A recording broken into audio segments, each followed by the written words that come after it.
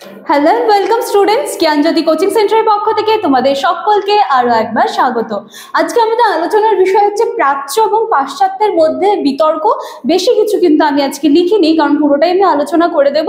তোমরা দেখবে তোমাদের সিলেবাসের টার্মটা দেওয়া আছে ওরিয়েন্টাল অ্যান্ড হচ্ছে অক্সিডেন্টাল কন্ট্রোভার্সি, ঠিক আছে? প্রাচ্য এবং পাশ্চাত্যের মধ্যে বিতর্ক। ক্লাস বা আলোচনার বিষয় শুরু করার আগে বলে দিতে চাই, জ্ঞানজ্যোতি কোচিং সেন্টারের পক্ষ থেকে তোমাদের সকলকে নতুন বছরের অনেক অনেক অভিনন্দন।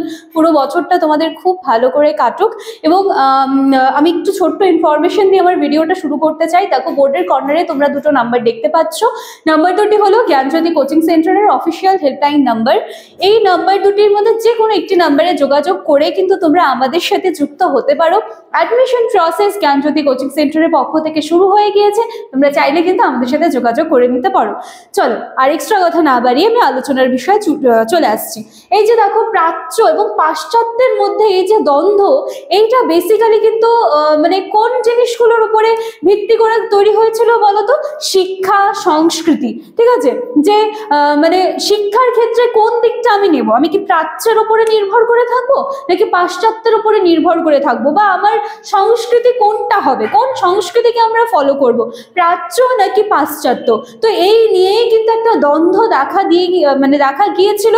এবং যেটা হচ্ছে শিক্ষা এবং সংস্কৃতির ওপর কিন্তু একটা প্রভাব ফেলেছিল। তাহলে চলো একটু প্রথমে হচ্ছে প্রাচ্যের যে বিষয়টা রয়েছে সেটা আমরা একটু ক্লিয়ার করছি, দেন আমরা পাশ্চাত্যের বিষয়টা ক্লিয়ার করছি, ঠিক আছে?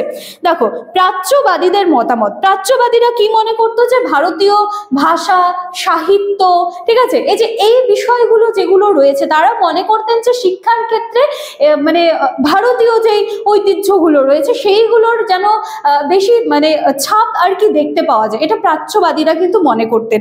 এরপরে ভাষা, সংস্কৃত, আরবি এবং ফার্সির মতো ভাষায় কিন্তু শিক্ষা দিতে কিন্তু আগ্রহী ছিলেন। এর আগের দিনে কিন্তু আমরা চার্টার অ্যাক্ট যখন পড়েছিলাম, সেখানে আমরা দেখেছিলাম যে স্থানীয় ভাষা বলে একখানা কিন্তু পয়েন্ট ছিল, যেটা কিন্তু শুরু হয়েছিল স্থানীয় ভাষা নিয়েই, কিন্তু দেখেছিলাম পরবর্তীতে কিন্তু সেখানে আবার ইংরেজি ভাষার উপর কিন্তু বেশি ঝোঁক দেওয়া হয়েছিল। এরপর রয়েছে প্রাচীন ভারতের ঐতিহ্য, জ্ঞান, মানে ধরো যে বৈদিক সাহিত্য, উপনিষদ, এই সমস্ত বিষয়গুলো, এগুলোর উপর নির্ভর করেই কিন্তু শিক্ষা দেওয়ার কথা বলা হয়েছিল, ঠিক আছে? এবং যারা প্রাচ্যবাদীরা ছিল তাদের ধারণা ছিল যে ভারতীয় শিক্ষা ব্যবস্থায় যদি উন্নতি ঘটাতে হয় তাহলে একমাত্র কিন্তু এই যে মানে প্রাচ্য, ঠিক আছে, বা প্রাচীন যে শিক্ষা সেটার উপরে নির্ভর করতে হবে, এটা কিন্তু তারা মনে করতেন। তাহলে চলো প্রাচ্যটা কিন্তু আমরা কমপ্লিট করে নিলাম। এবার একটু পাশ্চাত্যটা দেখে নিচ্ছি। দেখো, পাশ্চাত্যবাদী যারা ছিলেন তারা কিন্তু সবসময় চাইতেন যে বিজ্ঞান, প্রযুক্তি, দর্শন, ভাষার ক্ষেত্রে বিশেষত ইংরেজি ভাষার ওপর কিন্তু তারা বেশি ঝোঁক দিয়েছিলেন, ঠিক আছে? পরবর্তীতে যখন আমরা মেকলে মিনিটস করবো, আমরা উডের ডিসপ্যাচ করব, তখন কিন্তু এই বিষয়গুলো দেখবে আস্তে আস্তে আরো বেশি ক্লিয়ার হয়ে যাবে। এছাড়া আগের দিনে যখন চার্টার অ্যাক্ট করেছিলাম, আশা করছি সেই ভিডিওটা দেখে থাকলে কিন্তু আজকের কনসেপ্টটা কিছুটা হলেও তোমাদের ক্লিয়ার হতে পারে।